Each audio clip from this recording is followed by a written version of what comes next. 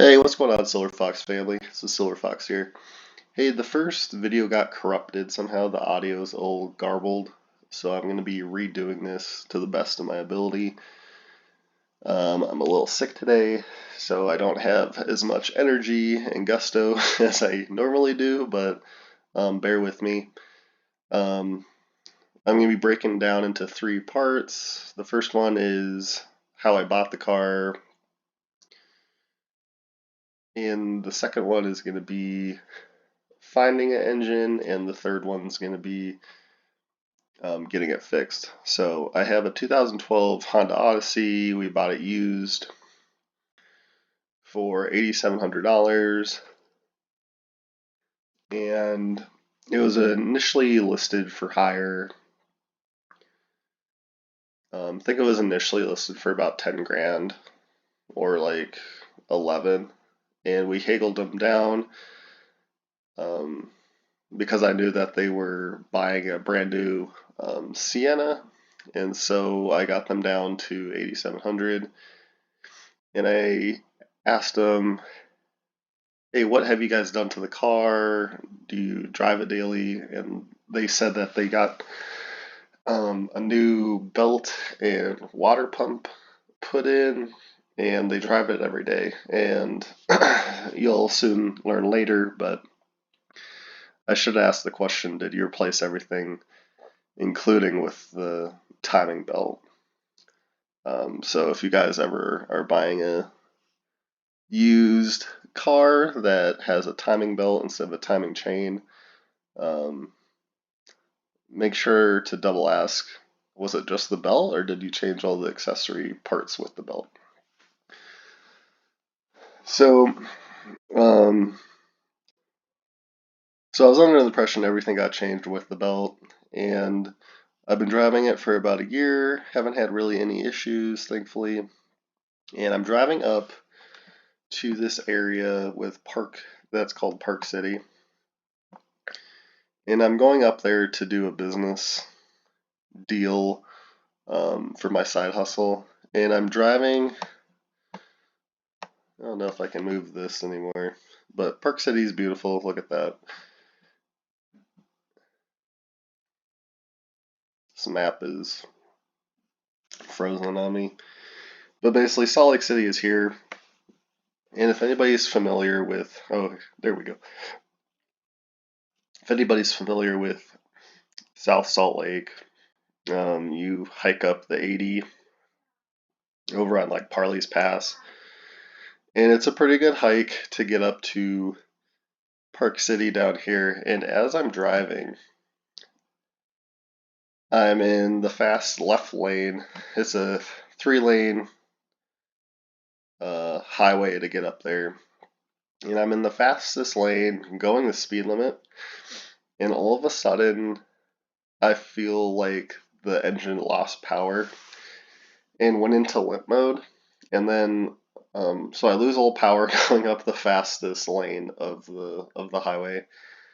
And I thought I was in limp mode, so I'm trying to make my way all the way over to the pull-off area.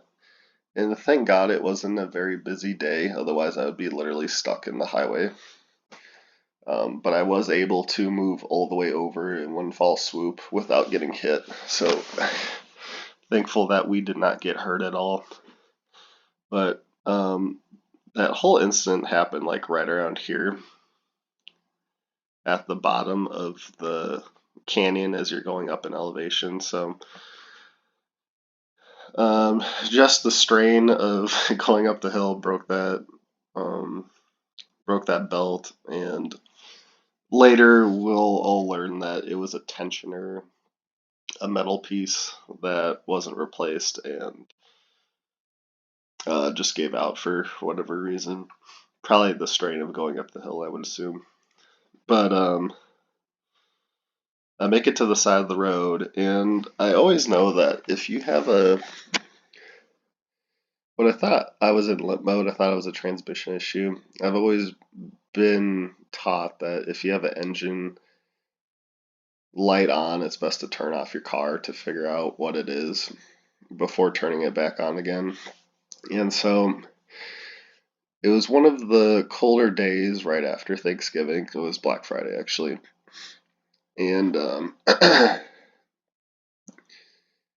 and so it started to get kind of cold in the car. I had my son in there, and thank God I packed like extra pants, his coat, food, that kind of thing, water, as we're waiting. And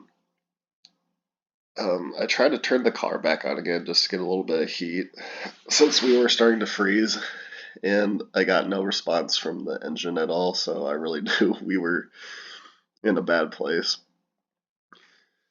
Um, but while all this is happening, I called AAA, and I have the gold, the gold card, so I think you get a free 100 or 200 miles of towing. So I knew I'd be covered there. Highly suggest anybody to get that. It's definitely been a lifesaver. A couple times, including a time a gas line came off of a different van and we needed gas. So, highly recommend it. And I probably had about an hour ETA, is what they were saying, because the tow truck was coming from like the Murray area or something. And so, about an hour ETA, and about a half an hour, maybe 45 minutes later, there's those tow trucks that look like they're just grab and go, and they look like the Carvana tow trucks. They're kind of boxy looking, and I think a lot of salvage yards use them. Anyways, it comes up behind our car, and I was like, "Oh wow, they're here! They're here early." So I get out, and I'm like, "Are you guys here to tow my truck?" And they were like, "No, no, we just saw you on the side of the road, and this and that. And here's our car. Can we tow your car?" And I was like, "Well, I have a free tow coming with AAA, so probably not. They're going to be here pretty soon." And I said, just in case they don't show up, do you guys carry do you guys accept AAA? And they had the silver tongue answer of saying, "Oh yeah, we take AAA, you just have to pay up front." So basically that means you might not take AAA, and if for some reason AAA won't pay them, you're stuck with the bill. So I would highly recommend, unless you're really in a pinch, to not do it that way, because you have no idea if you'll get covered or not. So I took their card, but they were just acting all weird.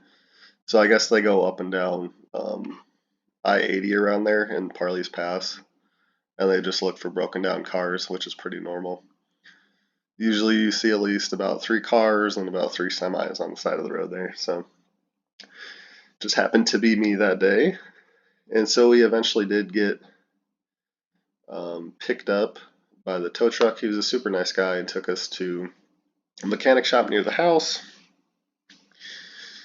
And the first place did very little to come up to the conclusion that it was a total engine replacement.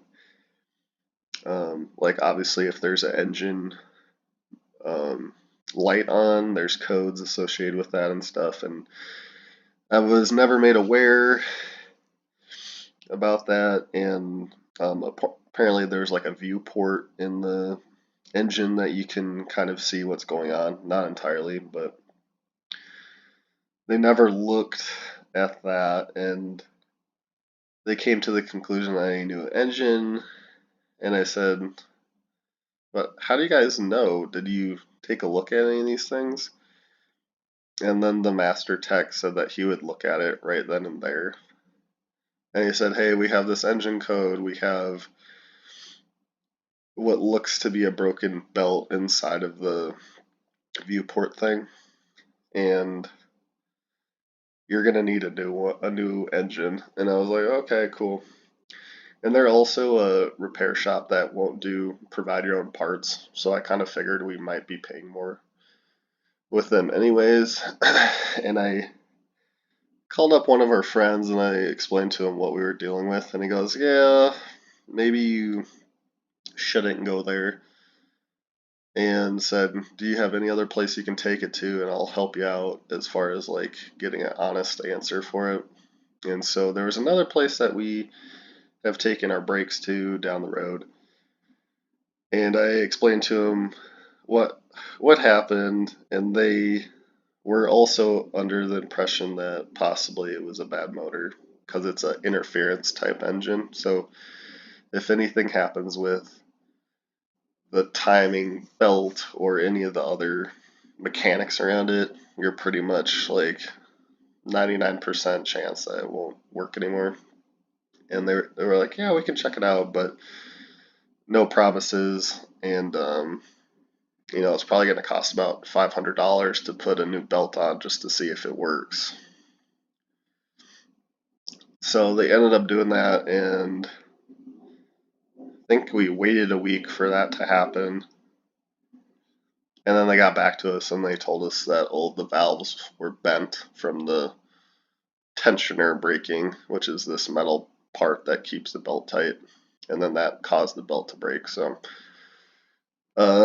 series of events, and they said, yeah, you need a new motor. So in the next part, I'll tell you about how I found a new motor, guys.